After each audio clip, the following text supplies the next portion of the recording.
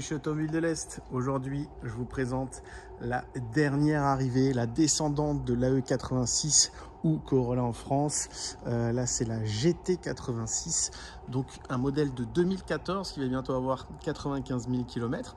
Donc le concept est simple, c'est comme l'AE86 de l'époque. Une caisse légère, propulsion. Bon, il y a 200 chevaux, c'est un petit peu plus moderne, il y a plus d'équipement. On va d'abord faire le tour esthétique de la voiture, voir ce qui va ou ce qui ne va pas sur la carrosserie. Après, on va checker tout ce qui est pneus, jantes, freinage. Et on va après voir tout ce qui est esthétique intérieure pour finir par tout ce qui est équipement. Allez, c'est parti. On va commencer avec l'esthétique extérieure, mais avant ça, je vous laisse quelques petites secondes pour mettre un petit pouce bleu ou alors vous abonner.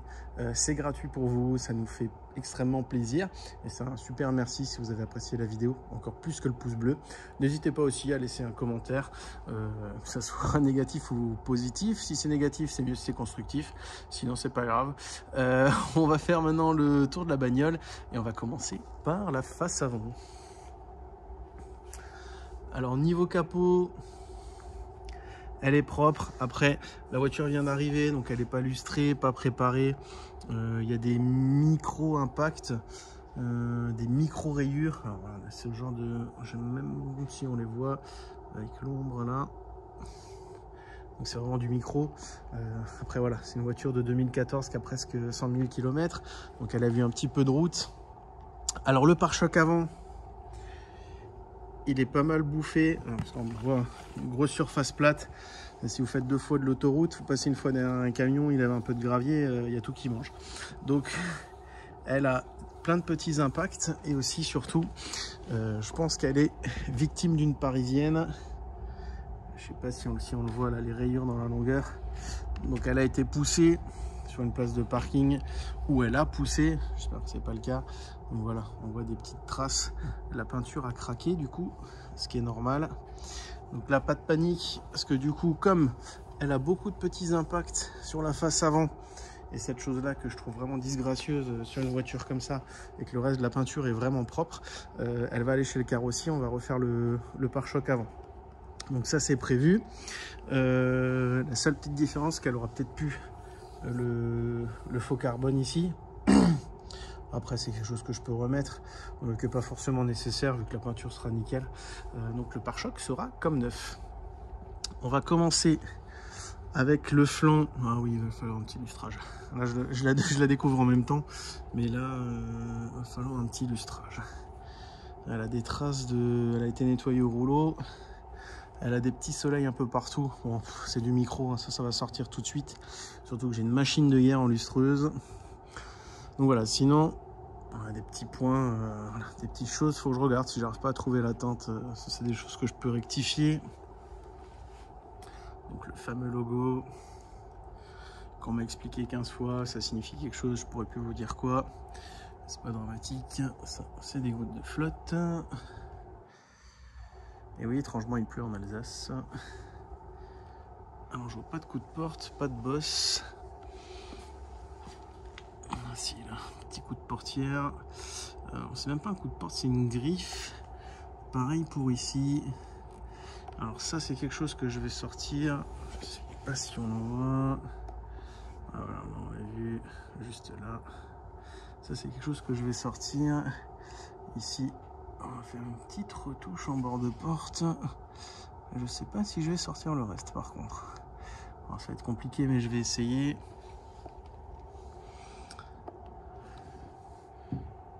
Voilà des petites choses. Il faut vraiment lui faire un lustrage. Alors là pareil, il y aura besoin d'une petite retouche et un petit gravillon qui a dû taper le bordel.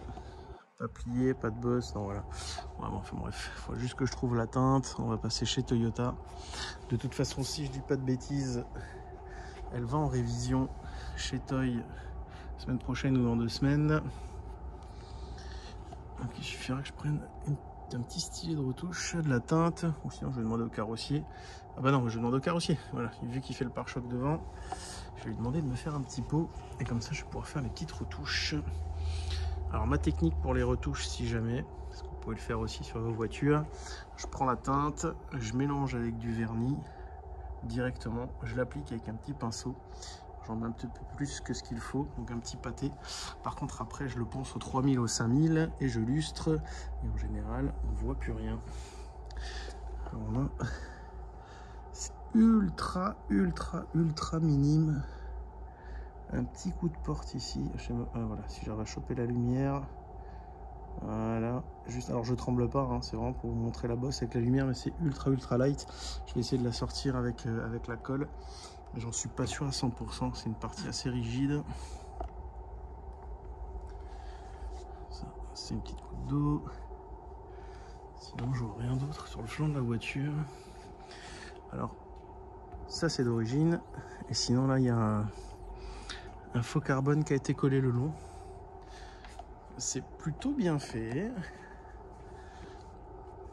C'est pas déconnant. Ah, même là en fait, c'est un faux carbone qui a été collé, puis autour du logo. Bon, c'est propre. On va le laisser pour une fois. D'habitude, quand les mecs mettent des trucs comme ça, je les enlève parce que c'est pas terrible.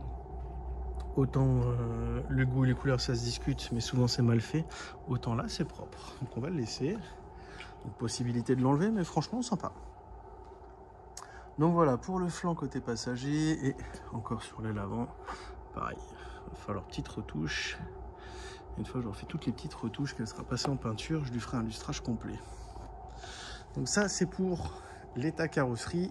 Et maintenant on va passer à pneus, jantes et freins. Alors on va commencer avec l'avant droit. Les pneus, il reste un peu de gomme dessus. Par contre, ils vont partir à la poubelle, les 4. Parce que j'ai regardé et c'est tous des pneus de 2012 ou 2013, je sais plus maintenant. En tout cas, c'est du 215 45 17. Et j'avais vu la date. Tac. Ouais, voilà. Alors, je sais pas si ça se voit. On a la date ici, c'est des 2012. Un pneu, ça vit 10 ans. Grand max. Là on est sur du 12 ans, même s'il reste un peu de gomme, je pense qu'ils sont durs comme du bois, et il y a le nez devant qui doit tirer tout droit. Donc du coup les arrières en plus ils sont border au niveau de ce qui reste de la gomme. On n'est pas loin du témoin, du coup les 4 nœuds sont prévus à changer. Au niveau des disques, on n'est pas sur du neuf, mais une légère usure. Et par contre pareil, elle revient du CT. Plaquettes avant et arrière, donc on change toutes les plaquettes dessus. C'est prévu pour vendredi d'ailleurs. Aujourd'hui on est mercredi, donc dans 2 jours les plaquettes vont être changées. Demain je commande les pneus, et donc on va checker la jante. Elle est nickel, petite couleur or doré là, bronze, presque, j'allais dire presque Subaru, mais non, c'est vachement plus sombre. Une petite couleur bronze qui est plutôt sympa. Et donc du coup elle va en vidange, on change les 4 pneus, les plaquettes avant, les plaquettes arrière, et peinture du pare-choc avant. Elle sera 9 loto, ou pas loin. Alors à l'arrière, donc ouais, si voilà, on est carrément, on est quasiment sur le téton là, du pneu, on est quasiment sur le témoin. C'est des 215 45 17 aussi, donc à savoir, parce que je suis un fervent amateur de Top Gear, mais la version Yuka, c'est des pneus de Prius, c'est des jantes et des pneus de Prius. Donc voilà, ils ont tout fait pour que la voiture soit fun, et donc ils ont mis des petites galettes, et apparemment c'est très rigolo. Alors on a un tout petit jeton juste ici sur la jante, le reste de la jante est nickel, et les disques un petit peu plus prononcés qu'à l'avant. Je dirais qu'on est à 40-45% d'usure sur les disques arrière. Donc voilà, rien de méchant, il y a de quoi faire. Et de toute façon, plaquette neuve avant-arrière, courant de semaine. Allez, on va passer de l'autre côté. Et on va checker la jante.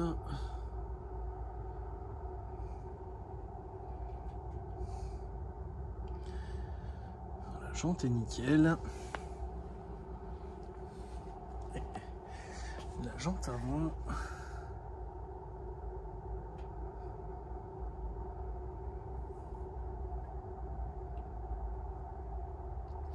Impeccable aussi.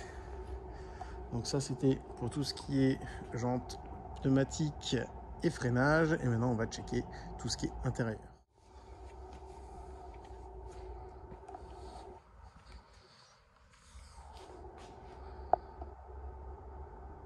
Alors pour l'intérieur, on va commencer par le panneau de porte côté passager. Donc je vous spoil tout de suite. L'intérieur est vraiment super propre pour l'année et le kilométrage de la bagnole. Alors petite surpiqûre rouge, surpiqûre, qu'on a particulier, ça sent l'orthophoniste. Surpiqûre rouge, très sympa. Assez quali, un simili-cuir qui est pas dégueulasse. Après, voilà, plastique Toyota, forcément c'est propre, mais c'est pas voilà les plastiques soft touch. Ah si, celui-là si, tiens, donc pas mal. On va faire un petit coup le tableau de bord et on va filmer le volant de ce côté. On fera l'autre après. L'écran tactile, la console centrale, la surpiqûre sur le soufflet de frein à main, levier de vitesse à coudoir, très sympa. Et bien entendu, le plus important, les sièges. Donc c'est un Alcantara, super beau. Alors il existe deux intérieurs, il y a celui-ci en sombre complet avec petite touche de rouge, volant noir et tout. Et il existe l'autre, perso j'aime moins, où vous avez toute la partie ici qui est pas en noir mais en rouge, avec les côtés du volant droite et gauche en rouge, le levier rouge. Je suis pas spécialement fan. Après voilà, comme dit à chaque fois, les goûts, les couleurs. Donc le dossier côté passager, là, on voit bien ça par contre, nickel quoi. Ça c'est vraiment top. C'est là où Toy est très fort souvent, c'est que les bagnoles c'est du costaud. La réputation n'est plus à faire, il est bien rigide. Petit attrape ceinture, si je dis pas de bêtises, voilà, c'est celui-là. On va hop, accéder derrière. Alors autant vous dire que si vous avez des gens à transporter et qui font un peu plus d'1 mètre, c'est compliqué au niveau des jambes. Mais bon, la banquette existe. Ça me rappelle les CRX VTEC à l'époque. Pareil, tu as des places à l'arrière et c'est pas des vraies places. Hein. Petite vitre remontée électrique comme un vrai coupé. Au niveau du coffre, donc pas de banquette rabattable. Franchement, pour le gabarit de la bagnole, le coffre est pas dégueulasse. Donc là, on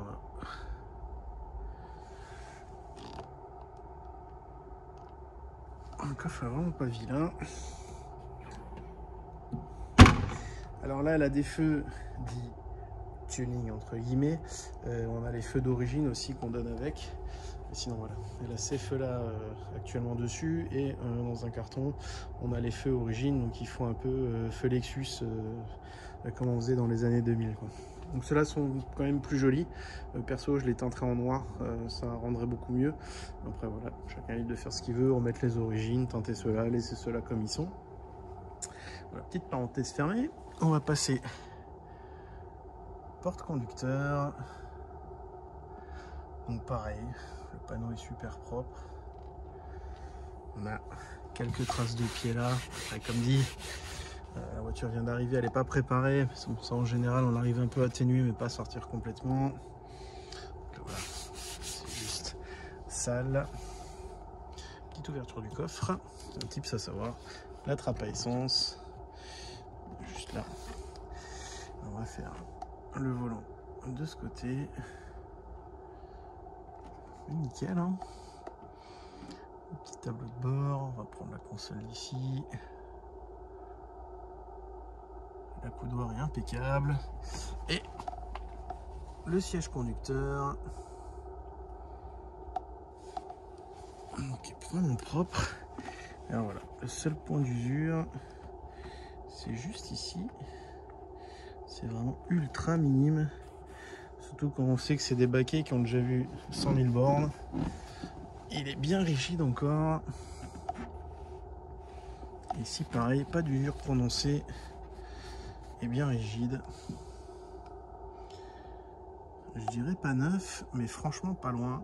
Vous prenez des caisses récentes qui sont full cuir en baquet, vous leur mettez 100 000 bornes, ils sont 10 fois plus bouffés que ça.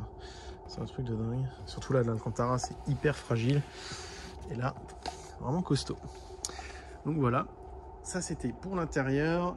Et maintenant, on va aller checker tout ce qui est option. J'oublie à chaque fois le capot moteur.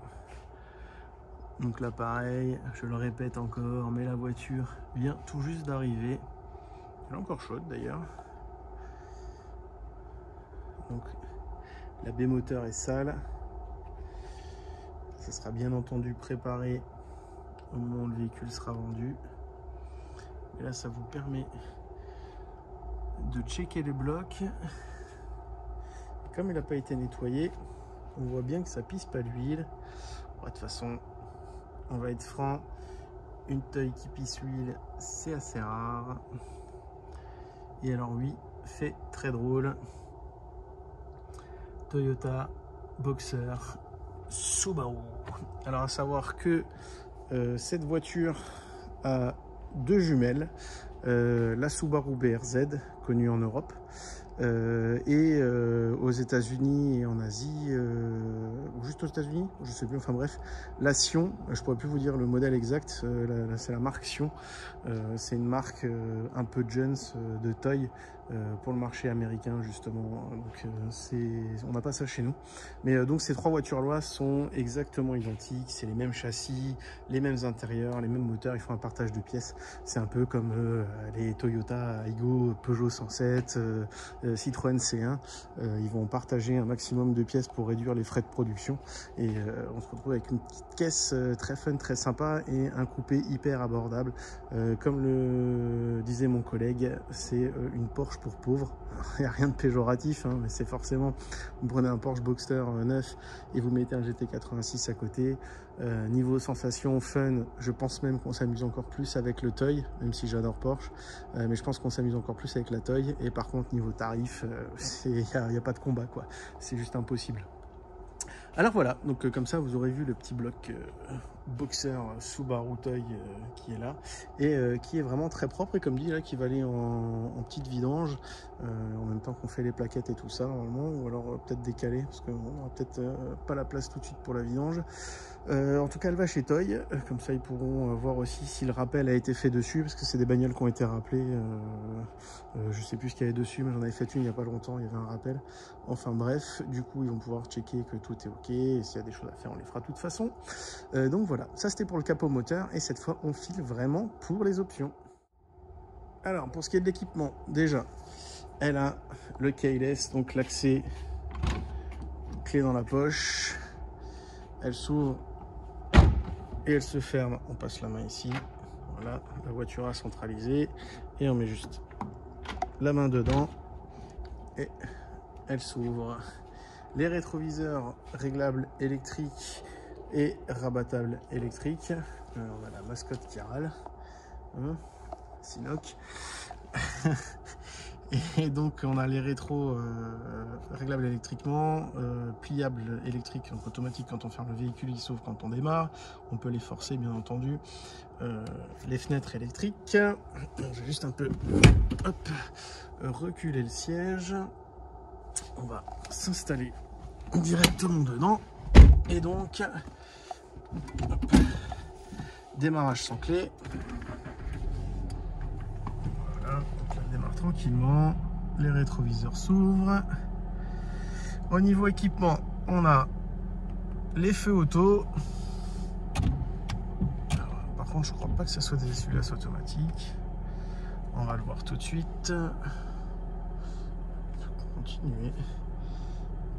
Donc si, essuie-glace automatique, parce que là je suis en première... Ah bah non, et voilà, il suffisait de le dire. Donc elle n'a pas les essuie-glaces automatiques. Je sais même pas si c'est dispo d'ailleurs sur les GT86. Elle a le régulateur de vitesse, et pas limiteur, ça fait que régulateur. On a la clim auto bizone. Petite prise USB jack. toujours sympa. Une touche pour passer en mode sport et la touche qu'il faut garder enfoncée pour déconnecter complètement la bagnole. Là, elle vient de finir le cold start. Je vais redescendre, je ne sais pas si on l'a entendu. Elle a un chargeur CD, ça c'est original. Alors par contre, je vais juste checker, ça se trouve elle a... Ok, c'est pas le GPS qui est en CD. Donc elle a le GPS 3D, la GPS 3D tout simplement. Donc elle a un chargeur CD. On a le média, donc on a le téléphone en Bluetooth, mais aussi la musique en Bluetooth. FM, Bluetooth. Ouais, on a la musique en Bluetooth. Ok, cool. Ah non, c'est le CD, ok. Ah si, attends, il y a un truc bizarre. Pourquoi ça me... Je découvre en même temps, mais excusez, j'ai pas tous les jours une GT86. Par contre, normalement, j'ai mis le téléphone dessus pour tester. Donc le téléphone, je sais que ça fonctionne puisque je l'ai fait juste avant. Et là, est-ce que par hasard...